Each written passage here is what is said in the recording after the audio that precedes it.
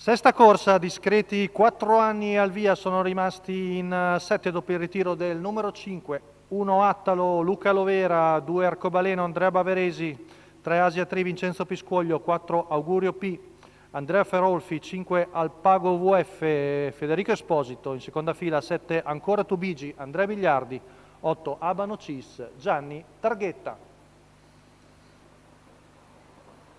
Vediamo l'errore da parte di Asia Tri.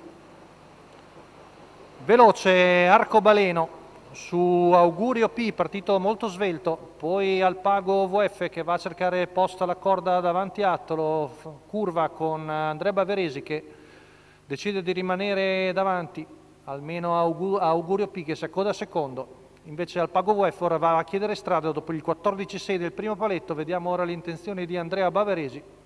Evidentemente aveva intenzione di mandare Alpago VF che passa al comando gradualmente con 400 metri in 29,7. Quindi nuovo battistrada, il Sauro da Marajà che conduce su Arcobaleno, poi Augurio P a precedere Attalo, poi vediamo ancora Tubigi e in coda la rimessa Asia Tri.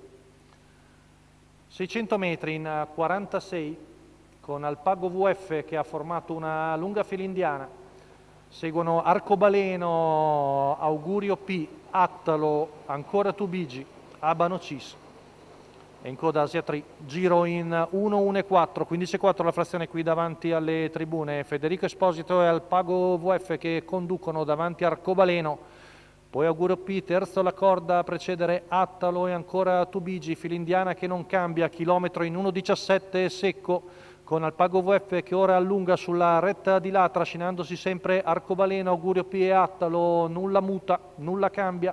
Siamo ormai a 400 metri dalla conclusione, ora è Augurio P che Andrea Ferolfi prova a spostare al largo, appariglia Arcobaleno e cerca di andare in caccia del battistrada, che è in vantaggio, sembra in controllo Federico Esposito, poi ha allargato anche Attalo, infilato di dentro da ancora Tubigi, ultima curva passata in 14,6, retta d'arrivo con Alpago VF che deve fronteggiare l'attacco portatogli di Augurio P che insiste al largo, bello l'arrivo, Alpago contro Auguri, ma alla fine Alpago VF si difende di precisione su Augurio P.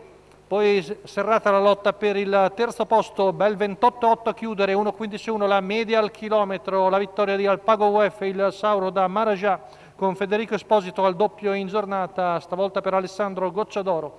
Rivediamo la retta d'arrivo con un validissimo Augurio P che ci ha provato, è arrivato proprio quasi ad apparigliare il battistrada che si è difeso di una mezza testa. Rivediamo Alpago VF su Augurio P, vediamo la lotta per il terzo, molto serrata. Probabilmente al centro ancora Tubigi, alla meglio su Arcobaleno e Attalo.